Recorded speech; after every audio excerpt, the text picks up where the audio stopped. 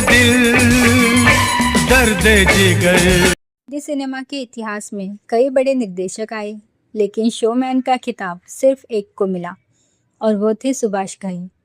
और संगीत की दुनिया में हजारों आवाज़ें आई, लेकिन जिसे खुदा की आवाज़ कहा गया वो थे मोहम्मद रफ़ी। क्या होता है जब एक महान निर्देशक अपने आदर्श गायक के बारे में दिल खोलकर बात करता है। एक कार्यक्रम के दौरान सुभाष घई जी ने रफ़ी साहब के साथ अपनी यादों का वो पिटारा खोला जिसे सुनकर हर संगीत प्रेमी की आंखें नम हो जाए। आज के इस विशेष डॉक्यूमेंट्री में हम सुभाष घई जी की ज़ुबानी रफ़ी साहब की वो अनसुनी कहानी सुनाएंगे जो हमें फिल्म निर्माण और गायकी की एक नई गहराई से रूबरू कराएंगी।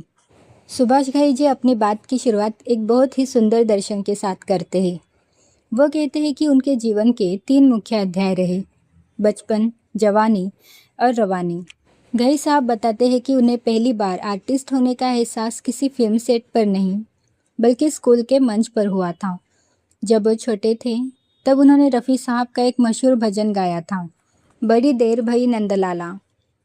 उस नन्हे सुभाष की आवाज़ में रफ़ी साहब के गाने सुनकर पूरा स्कूल तालियों से गूंज उठा। उन्हें ट्रॉफियाँ मिली, सम्मान मिला। घई साहब कहते हैं कि वहीं से उनके भीतर संगीत, गीतों और ख़ास तौर पर गायकों के प्रति एक अटूट आदर भाव पैदा हो गया। वो बचपन की जीत ही थी जिसने उन्हें सिनेमाई सफ़र की रवानी तक पहुंचाया। वक्त आगे बढ़ता गया। सुभाष घई FTII से पढ़कर निकले और इंडस्ट्री में कालीचरण, विश्वनाथ जैसी फिल्में बनाकर अपनी पहचान बना चुके थे। लेकिन उनकी सबसे बड़ी तमन्ना अभी अधूरी थी, रफ़ी साहब के साथ काम करना। साल था 1980। फिल्म थी कर्ज। संगीतकार लक्ष्मीकांत प्यारेलाल जी ने एक धुन तैयार की थी, दर्दे दिल दर्दे जिगर। घई साहब बताते हैं कि उनकी एक पुरानी आदत है, वो हमेशा रिकॉर्डिंग स्टूडियो में गायक के आने से बहुत पहले पहुंच जाते थे। वो समय वे म्यूज़िक कंपोज़र के साथ चर्चा करने में बिताते हैं कि गाना कैसा होगा, उसका मिजाज क्या होगा। घई साहब ने यहाँ एक बहुत महत्वपूर्ण बात बताई। दर्दे दिल असल में एक गज़ल थी, लेकिन फिल्म की कहानी एक पॉप सिंगर की थी, इसीलिए उन्होंने उस गज़ल को एक पॉप रिदम में पिरोया। आज के दौर में ये आम लग सकता है, लेकिन उस दौर में गज़ल के साथ पॉप का ऐसा तालमेल करना एक बहुत बड़ा रिस्क और नया प्रयोग था।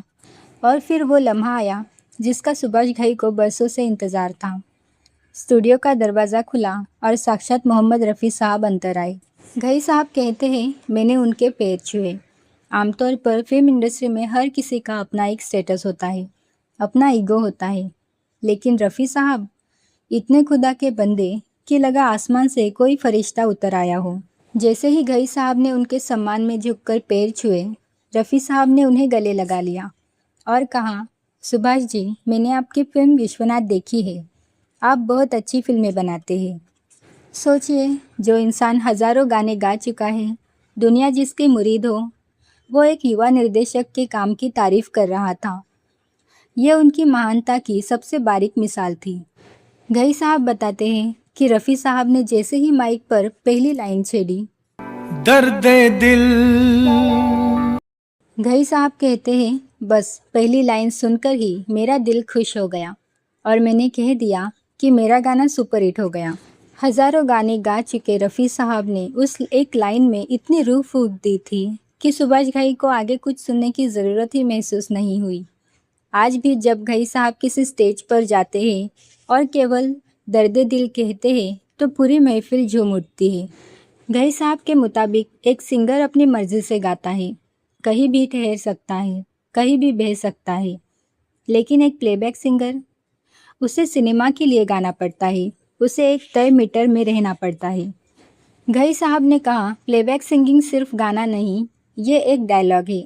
गायक को शब्दों के पीछे छिपे गहरे अर्थ को महसूस करना पड़ता है।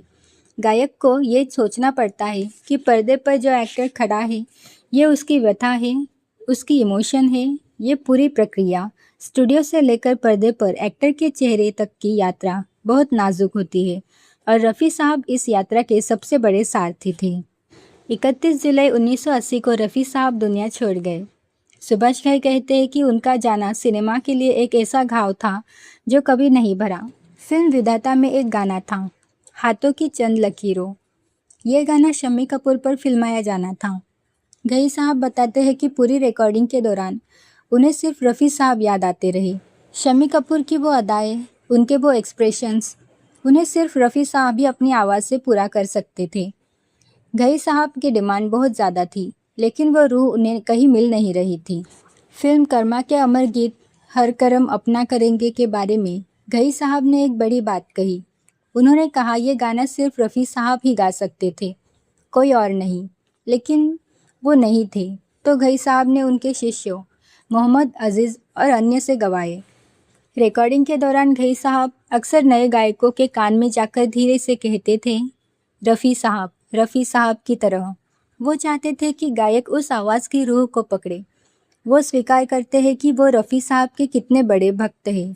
इसी कार्यक्रम में सोनू निगम ने भी एक बात बताई। सोनू बताते हैं कि जब वो घई साहब की फिल्म परदेस या ताल में गा रहे थे, तो घई साहब उन्हें बहुत बारीक इंस्ट्रक्शंस देते थे। सोनू बताते हैं कि घई साहब उन्हें समझाते थे कि ये गाना शाहरुख खान पर होगा, इसमें इतनी एनर्जी चाहिए, यहाँ ये भाव चाहिए। सोनू कहते हैं हम ये सब इसीलिए कर पाए क्योंकि हमारे गुरु मोहम्मद रफ़ी साहब थे। हम हमेशा यही सोचते थे कि अगर उस्ताद रफ़ी साहब यहाँ होते तो वो इस लाइन पर क्या करते। घई साहब ने ताल फिल्म के गाने इश्क बिना क्या जीना का जिक्र किया। जब ए आर रहमान और सुभाष घई सोनू निगम के साथ रिकॉर्डिंग कर रहे थे, तो सोनू ने उनसे पूछा कि इस अंतरे का एक्सप्रेशन कैसे चाहिए। घई साहब ने मुस्कुराकर सिर्फ एक बात कही, सोनू ये अंतरा बस रफ़ी साहब की तरह गा दो। और सोनू समझ गए कि उन्हें क्या करना है। आज रफ़ी साहब हमारे बीच नहीं, लेकिन सुभाष घई जैसे फिल्म मेकर्स की यादों में वो आज भी माइक के सामने खड़े दर्दे दिल गा रहे हैं। घई साहब की ये बातें हमें सिखाती हैं कि तकनीक कितनी भी बदल जाए, मशीनें कितनी भी आ जाए, लेकिन जो रूह और विनम्रता रफ़ी साहब की आवाज़ में थी, वो सदियों में एक ही बार आती है। सुभाष घई जी ने जो बताया वो सिर्फ एक गायक की कहानी नहीं थी, वो एक फरिश्ते की कहानी थी जिसने भारतीय सिनेमा को सुरों से अमर कर दिया। अगर आप रफ़ी साहब और सुभाष घई जी के काम के सच्चे कदरदान हैं, तो मुझे पता है कि आपको इस वीडियो को लाइक करने के लिए कहने की कोई ज़रूरत नहीं। सच्चे प्रशंसक अपना समर्थन खुद ब खुद जता देते हैं।